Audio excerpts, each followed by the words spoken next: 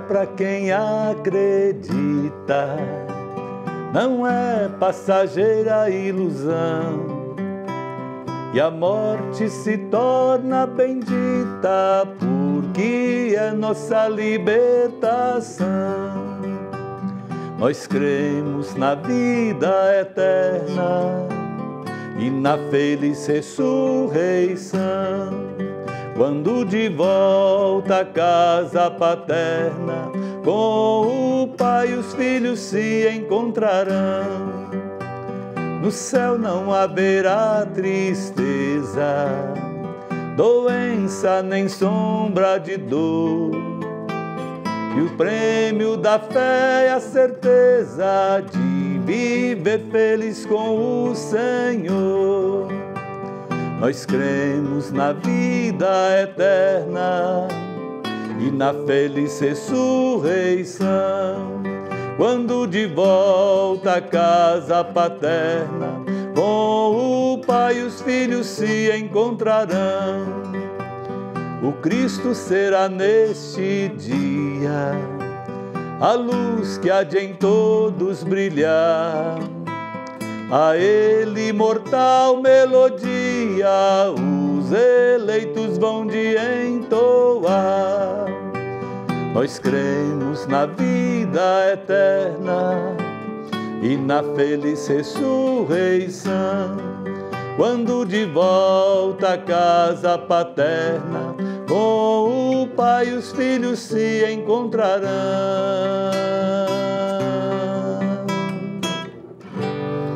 Um domingo, uma semana de vida, de alegria e de paz para você e para a sua família. É o nosso programa Mensagem de Fé e Vida entrando no ar.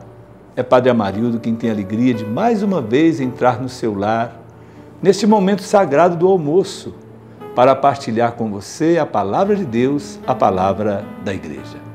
É muito bom estar com você novamente. Começamos o nosso programa hoje com um hino que as pessoas assustam um pouco, né? Porque geralmente é cantado, né, na festa de finados, né, quando fazemos memória a nossos entes queridos que faleceram. E é bonito no cristianismo a gente perceber isso, né? Nós celebramos a memória dos mortos. Celebramos a memória dos mortos. Por quê? Primeiro, porque a pessoa não perde a sua identidade diante de Deus com a morte. O Senhor, nosso Deus, o bom pastor, Ele conhece as suas ovelhas. Ele chama cada uma pelo nome. E fez uma promessa: quem crê tem a vida eterna. Quem crê, ainda que esteja morto, viverá, e todo aquele que vive e crê em Jesus vai ressuscitar para a eternidade. Mas, queridos irmãos, queridas irmãs, a morte é uma realidade para todos nós. Podemos dizer, né, que, como tudo na natureza, que um dia foi uma semente, né, ou foi um espermatozoide, né, foi uma sementinha, nasceu, cresceu, né, floriu, produziu os frutos, envelheceu, né, até chegar ao final da vida, até chegar à morte. Também para nós. Nós passamos também por esse chamado gráfico biológico: nascimento, crescimento, maturidade, frutos, envelhecimento e morte. É natural. Fico às vezes pensando, né, se ninguém morresse, como que estaria esse mundo, né? Então faz parte até do equilíbrio ecológico, do equilíbrio ecológico. Quem nasceu um dia vai ter que morrer, né? Temos esse tempo, né? Uns vivem 100 anos, cento e tantos anos, é bonito, né? E ver pessoas idosas ainda com razão e sonhando. Outros vivem 90, 80, né? 70 anos. O Salmo diz: a 70 anos vai a duração da nossa vida. Mas a maior parte é sofrimento, vaidade, tudo passa, como a erva do campo que de manhã está verde, viçosa, à tarde ela seca, fenece, né? Termina o seu tempo. Mas, queridos irmãos, queridas irmãs, nós podemos dar sentido à nossa vida. E até dizer, podemos dar sentido à nossa morte. A natureza já é determinada, né? Aquele grãozinho de trigo que é lançado, ele vai germinar, ele vai crescer, vai produzir trigo e mais nada. Um bezerrinho que nasce, né, ele tem já o seu caminho determinado, né? Poderá até ser um animal domado para puxar um carro, para puxar um arado, mas a vida dele naturalmente é determinada, e assim de todos os animais, de todos os outros seres vivos. Mas o ser humano não. O ser humano dá sentido à própria vida. Somos nós que fazemos a vida como puder ou quiser, cantava o nosso grande Gonzaguinha, o nosso grande poeta Gonzaguinha. Renato Teixeira diz, né, cada um de nós compõe a sua história e cada ser carrega em si o dom de ser capaz de ser feliz. Todos nós temos essa capacidade. Então, de dar sentido à nossa vida. Podemos morrer, né, aos berros, né, como se não acreditamos, completamente sem esperança, completamente sem brilho nos olhos, ou podemos morrer como cristãos, como pessoas que acreditamos, como pessoas que apostamos a nossa vida no amor de nosso Senhor e Salvador Jesus Cristo. Agora, precisamos dos outros para viver. Há pouco tempo escutei de uma vovozinha doente, muito grave. Ela dizia para mim, padre, o que faz com a dor eu já me acostumei, porque dói tanto e dói sempre. Mas o que faz sofrer é a solidão, é o abandono dos meus entes queridos. Com a dor eu já me acostumei, porque dói sempre e dói tanto. Mas o que faz sofrer é a solidão, é o abandono dos meus entes queridos. Abandono. O abandono, ele antecipa a morte, radicaliza, podemos assim dizer, a morte. Me lembro do meu trabalho aí como padre, certa vez, né, no hospital, celebrando no hospital, as enfermeiras chegaram para mim e pediram, padre, o senhor podia ir lá no CTI para dar unção para a senhora que está lá há mais de ano na UTI, né, numa vida vegetativa, a família já não visita mais, né, está fazendo mal até para a gente, né, ver aquela senhora naquela situação. Né, uma morte antecipada. Né? Gosto muito de dizer o que é uma morte digna para um papai e uma mamãe de família. É na solidão, né, de um quarto na UTI, ligado a filhos, ou é no carinho, no colo do papai, né, no colo dos irmãos, dos filhos, no carinho da família? Temos que pensar sobre isso. Estamos vivendo uma sociedade que está passando por um processo de envelhecimento, né? De envelhecimento, hoje com famílias pequenas, 1, 2 filhos, né? Vai se tornando cada vez mais desafiador o pensar no final da nossa vida. O que é uma morte digna? É a morte ligada a filhos ou ligada a filhos?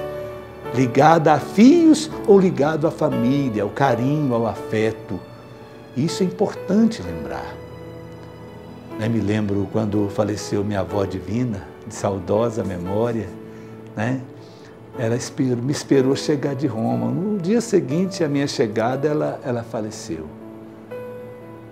Ela morreu ali com a filharada toda ao redor, as irmãs ao redor, a sala cheia. Partiu coroada de carinho e de amor. Como foi bonito, né? A família participou, a família acompanhou, né, os seus passos, acompanhou o seu processo de morte, que a morte não é um momento, ela começa muito antes de terminarmos, né, o processo. É o rosto que começa a enrugar, o cabelinho começa a ficar branco, a barriga começa a crescer, é sinal de que tem mais células morrendo do que nascendo, o envelhecimento vem por aí, né? Mas é importante lembrar que a vida, ela não perde o sentido com o envelhecimento. Além da chamada curva biológica que já mencionei, nascimento, crescimento, maturidade, filhos, né? Envelhecimento e morte, tem a chamada gráfico da personalidade. Esse não tem declínio, né? Esse não tem declínio. Começa no nascimento e vai crescendo. Por isso que muitas pessoas dizem, eu queria ter 18 anos, mas com a cabeça de 55 que eu tenho hoje, né? Eu não estou satisfeito com meus 55, né? Mas é importante lembrar isso, porque o enfrentamento do dia a dia, a convivência, o trabalho, tudo isso nos ajuda. Ajuda na formação da nossa personalidade, ajuda no nosso amadurecimento. Isso é importante lembrar. Que bom seria se todos nós chegássemos no ocaso da nossa vida, no dia da nossa morte, né? Como me lembro também de saudosa memória, o velho senhor Juca, lá em Itaúna, era primo do Padre Zé Neto, trabalhou como sacristão tanto tempo. Ele morreu pronunciando aquelas palavras de Jesus: Senhor, nas vossas mãos eu entrego o meu espírito. Como foi bonito, né? Uma pessoa que viveu pela fé e que terminou seus dias também na fé, entregando a sua vida nas mãos de Deus. E é importante que isso aconteça. Repetimos, na nossa vida aquilo que Jesus fez. Tudo está consumado. Pai, nas tuas mãos eu entrego o meu espírito. É importante que, além da pessoa se entregar, é importante também que a família entregue. Se a pessoa não consegue entregar o seu ente querido que faleceu nas mãos de Deus, ela vai adoecer. Ela vai sofrer, e vai sofrer, e vai sofrer, e vem depressão, e vem doença, só lágrimas, só tristeza. Saber entregar. Entregar nosso ente querido que faleceu nas mãos de Deus. Acho muito inspirador, aquela passagem do livro da sabedoria que diz que o justo está nas mãos de Deus. O justo está nas mãos de Deus. Também aquele texto da carta de São Paulo aos Romanos, capítulo 8, a partir do versículo 29, quando fala o hino do amor de Deus, quando diz que nem a morte pode nos separar do amor de Deus manifestado em Cristo Jesus, nosso Senhor. A morte pode nos separar da nossa convivência aqui, da convivência humana, familiar, da convivência dos amigos, e separa, ninguém volta.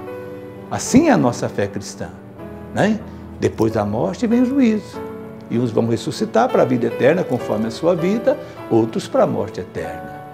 Uma única vez, Mas lembrar que Deus, em Jesus, fez a promessa que até mesmo um copo d'água dado por amor a um pequenino por ser seu discípulo será recompensado.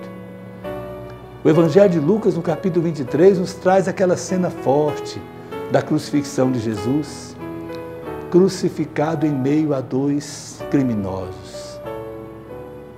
E um, na última hora da sua vida, voltou-se para o Senhor e disse: Senhor, lembra-te de mim quando estiveres no teu reino. E Jesus voltou-se para ele e disse: ainda hoje estarás comigo no paraíso. Saber entregar a nossa vida nas mãos de Deus com esperança. Nós não nascemos para a morte. A morte não tem a última palavra para a nossa existência. Nós nascemos para a vida e vida eterna. Jesus veio ao mundo, lembra o capítulo 10, versículo 10 do Evangelho de João, para que todos tenham vida e vida plena. Viver, sem medo de ter feliz, Viver a vida como um dom precioso que de Deus nós recebemos. Viver plenamente, mas lembrando, um dia vai terminar. Agora é importante que o fim dos nossos dias seja o fim de uma história vivida no seguimento de Jesus, de uma história vivida na fé, na confiança neste amor que não decepciona, amor que é Deus, Deus é amor e quem ama permanece em Deus e Deus permanece nele. Que o Senhor nos ilumine, que Ele nos abençoe. E pela intercessão de São Francisco de Assis, que chamou a morte de irmã morte, entregando-se nas mãos de Deus, que Ele nos abençoe em nome do Pai, do Filho e do Espírito Santo. Amém. Continue ligado na nossa programação. Até a próxima, se Deus quiser, com muita vida e saúde. Ó Mestre, fazei que eu procure mais consolar que ser consolado, compreender que ser compreendido, amar que ser amado, pois é dando que se recebe, é perdoando que se é perdoado, e é morrendo que se vive para a vida eterna.